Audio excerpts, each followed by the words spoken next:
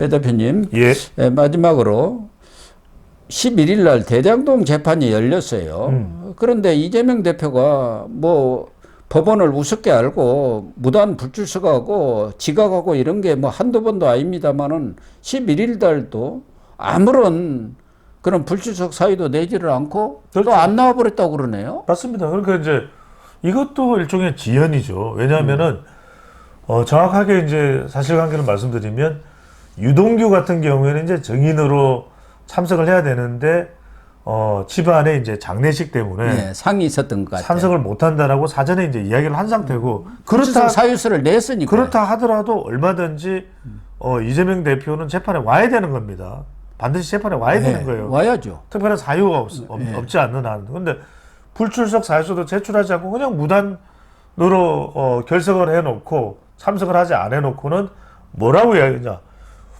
유동규가 안 오니까 본인도 안 왔다. 이렇게 유동규 탓을 해요. 핑계를 대요. 근데 이건 말이 안 되는 게 재판부에서도 어떻게 이야기를 하냐면 지금 다 병합이 돼 있는 거 아닙니까? 대장동, 그 다음에 성남 FC, 백현동까지가 병합 위례지구까지 이제 병합이 돼 있는 건데 그래서 이 부분에 대해서는 사실 병합이 되다 보면 물어볼 내용이나 확인할 내용이 워낙 많아요. 그리고 그 이전에 워낙 많이 이게 불출석을 했기 때문에 뭐 유동규로부터 들을 이야기는 뻔하지 않겠습니까? 이미 뻔하죠. 들을 대로 다 나왔습니다. 들을 대로 다 들었고 그러면 이재명 대표에게 확인을 할 겁니다. 그런 절차가 필요한데도 불구하고 불출석을 했고 그것이 재판이 제대로 이루어지지 않은 이유가 되는 것이죠.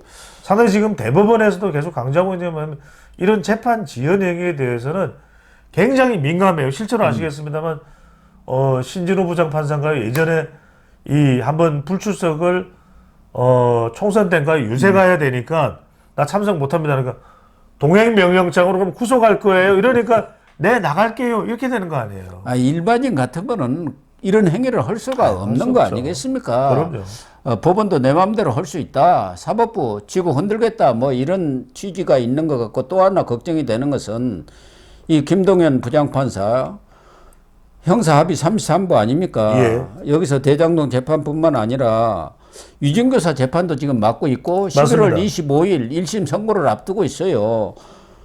그리고 11월 15일에는 선거법 재판 한성진 부장판사. 예. 그런데 이 김동연 부장판사는 과거에도 이재명 나 국감에 있어서 못 나오겠네. 나 아파서 못 나오겠어. 단식의제라고 못 나오. 그러면은 그렇게 하세요. 이렇게 늘 해왔던 사람이고 어제도 이거 안 나오셨으니까 오늘은 재판을 안 하겠습니다 하고 3분 만에 그것하고 딱딱하고 나가버렸다는 거 아닙니까? 그러니까 됩니다. 문제는 그 사람 행동이 아니라 과연 25일 날 유증교사 재판이 제대로 나오겠느냐. 아이고. 그런 걱정 아닙니까? 11월 25일입니다. 그래서 우리 시간에도 계속 말씀을 드렸습니다만 저는 결국 법이라는 것이 조희대 대법원장도 이야기를 했습니다. 국민을 위한 사법부라고 이야기하지 않았습니까? 예. 왜 일반 국민들에게서는 있을 수도 없는 일이 유력 또 다수당의 정치인에게는 그 혜택이 다 주어지는 겁니다. 말이 안 되는 거죠. 그래서 저는 조희대 대법원장이 이런 상황에 대해서 엄중 경고를 해야 됩니다. 있을 수가 없다. 이전에 제가 말씀드렸습니다만 총선 때 안 나오니까 그러면 안 나오면 구속해버릴 거 했던 그 부장판사처럼 저는 아주 강력하게 이런 불출석 행위에 대해서 엄단을 해야 됩니다. 엄단해야 돼요. 그렇습니다. 그래서 김명수 사법부 때 서울중앙지법이 좌파 진보 판사들의 소굴이다 이런 얘기가 있었는데 중앙지법에서 이런 일들이 계속적으로 일어나는데 지금 수원지법은 또 전혀 분위기가 다릅니다. 그러니까요. 실제로 수원지법에서 여러 개의 재판들이 이루어지고 있지 않습니까? 예. 그래서 수원지법에서 지금 이화영 항소심이 진행이 되고 있습니다. 그러니까요.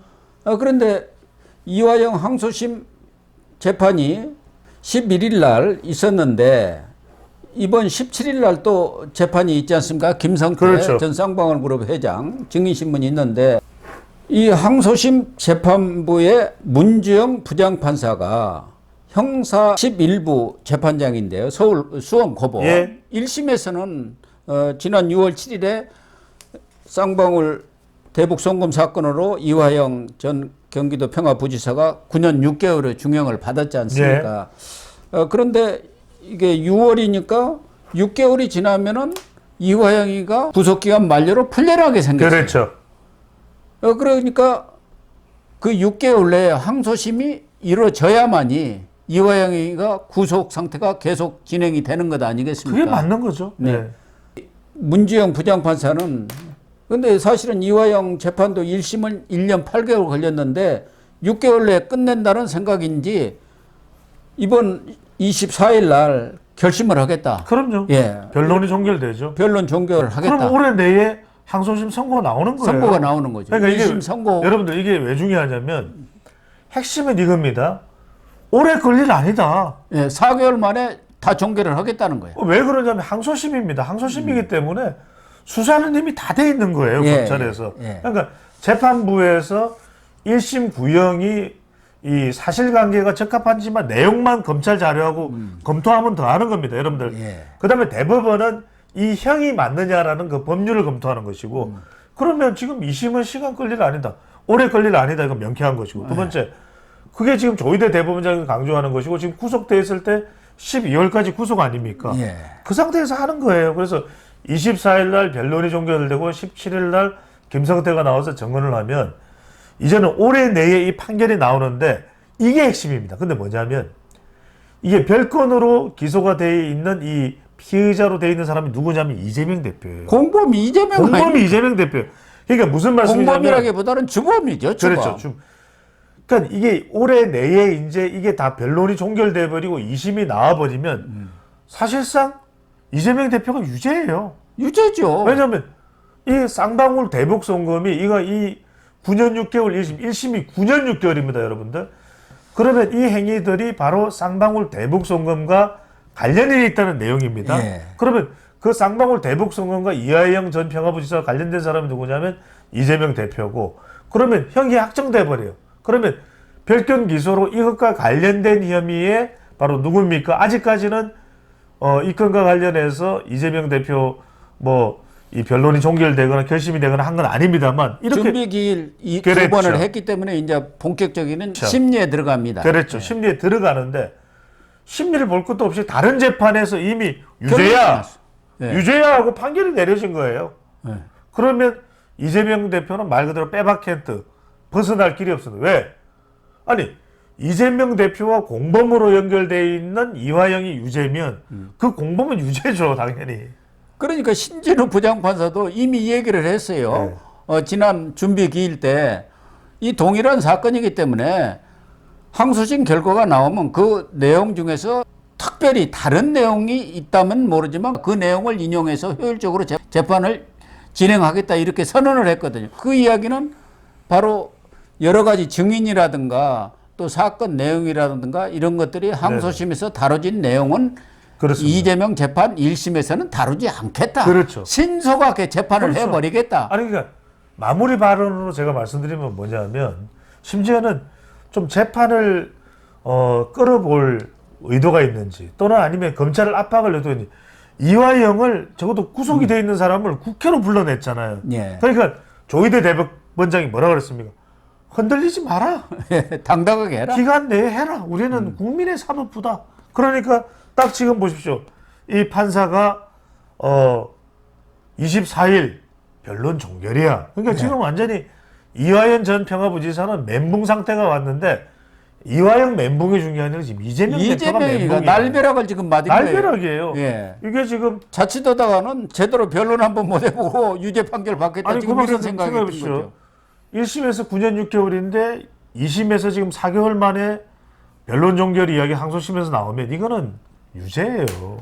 별로 크게 다퉈볼 게 없다. 다를 게 없다. 내용이 다 나왔다. 이미 심증은 섰다. 이 이야기 아닙니까? 검찰 자료를 보는 시간이잖아요. 근데 검찰 자료 봤는데 벌써 끝났다는 거예요. 검찰 자료 봤는데. 더군다나 17일 날 김성태 전 쌍방울 회장이 나와가지고 그때 돈 준 문제라든가 또 재판 거래 문제라든가 이런 거 다 얘기를 하겠다고 지금 이렇게 그러니까요. 예고해 놓은 상태 그러니까요. 아닙니까? 거기서 다시 터져 나오면 이재명으로서 이제 완전히 손을 들 수밖에 없는 거죠. 그러니까 이게 너무 아이러니한 거 아닙니까? 예. 국회에 나와서 이하영 전 부지사는 검찰 조작 이야기를 했는데 재판부는 오히려 검찰 자료 보니까 그래 끝내면 되겠네? 이거죠 오히려. 예. 그러니까 이재명 대표가 이 대장동 재판이라든가 자기하고 좀 가깝다고 할까? 좀 자기한테 우호적인 판사들에 대해서는 이런 식으로 무단 불출석하면서 오만한 모습을 보였다가 이 수원 지법과 고법에 아주 뼈대 있는 판사들한테 된통 지금 당하게 생겼습니다. 수원이 싫을 거예요. 수원은 쳐다보기도 싫을 겁니다. 그쪽 방향 보고는 소변도 안 보겠죠. 네, 그런 것 같습니다. 네, 시청자 여러분, 오늘 방송은 여기서 마치도록 하겠습니다.